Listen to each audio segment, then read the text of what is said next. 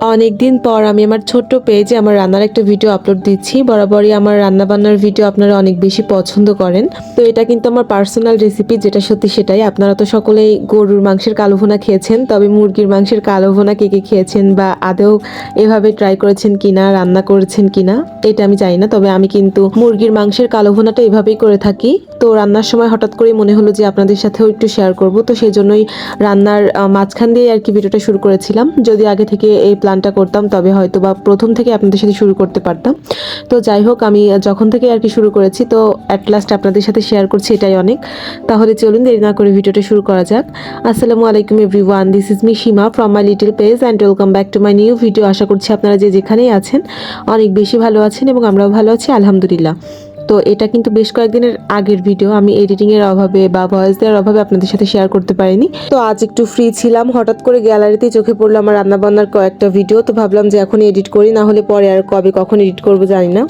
তো বেশ কয়েকদিন আগে এই রোজার মধ্যেই আপনাদের ভাইয়া আমার জন্য বড় সাইজের একটা মুরগি নিয়ে এসেছিল। তো বড় সাইজের মুরগি নিয়ে আসলে আমি কিন্তু আমাদের বাসায় একটা বড় কড়াই আছে, তো সেই বড় কড়াইতে রান্না করি, মানে ড্যাগের রান্নার মতো আর কি। তো সেভাবে রান্না করেছিলাম, প্রত্যেকটা মশলা আগে থেকে ব্লেন্ড করে নিয়ে তারপর আমার বাসায় তৈরি করা কিছু নিজের মশলা, যেগুলো আমি নিজের মতো করে রোদে শুকিয়ে ব্লেন্ড করে বাসায় তৈরি করি, মিক্সড মশলার মতো আর কি। তো সেগুলো দিয়ে কিন্তু এই যে মুরগির মাংস রান্না করেছিলাম। তো মুরগির মাংস রান্না করবো আর আলু দিব না তা কিন্তু হয় না, আমি কিন্তু মানে মাংসের থেকে মাংসের আলু খেতে অনেক বেশি পছন্দ করি। তো সেজন্য এই যে মুরগির মাংসের সাথে আমি আলুগুলো ভেজে নিয়েছিলাম এবং ভাজার পরে প্রত্যেকটা মশলা খুব সুন্দরভাবে ভুনে অল্প একটু ঝোলের পানি দিয়ে কষিয়ে তারপর পরবর্তীতে আবার ঝোলের পানি দিয়ে সেগুলো শুকনা শুকনা করে ভোনা ভোনা মতো করেছিলাম।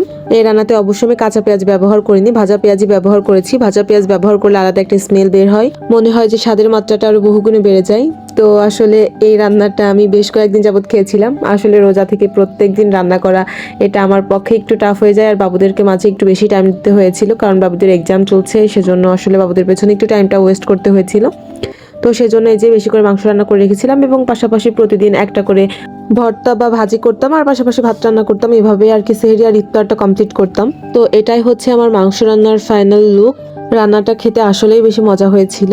তবে আপনারা এখন ভিডিওতে যেমন দেখতে পাচ্ছেন, কালারটা এর থেকে একটু ডিপ ছিল, কারণ ফোনের ফ্ল্যাশ অন করে এই ভিডিওটা করেছিলাম, সেজন্য আর কি কালারটা এমন হালকা লাগছে। তবে আসলে একদম কালো ভুনার মতো কালোই হয়েছিল মাংসের কালারটা। আর তাছাড়া বড় সাইজের কোনো মুরগি আসলে ভেজে রান্না করলে কিন্তু মানে শক্ত হয়ে যায় রান্নার পর, তো সেগুলো খেতে কিন্তু একটা অন্যরকম স্বাদ লাগে। আর ভেজে রান্না করলে কিন্তু মাংস দিয়ে আলাদা যেই ব্যাড স্মেলটা সেটা কিন্তু বের হয় না। তো সব মিলে রান্নাটা অনেক বেশি মজা ছিল।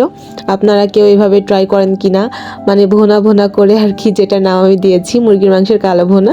তো এইভাবে কেউ কখন ট্রাই করেছেন কিনা অবশ্যই জানাবেন, আর আপনাদের এই ভিডিওটা কেমন লাগলো সেটা জানাতে ভুলবেন না। আপনাদের সাথে দেখা হবে নেক্সট কোনো নতুন ভিডিওতে। ভালো থাকবেন সকলে, আল্লাহ হাফেজ সবাইকে।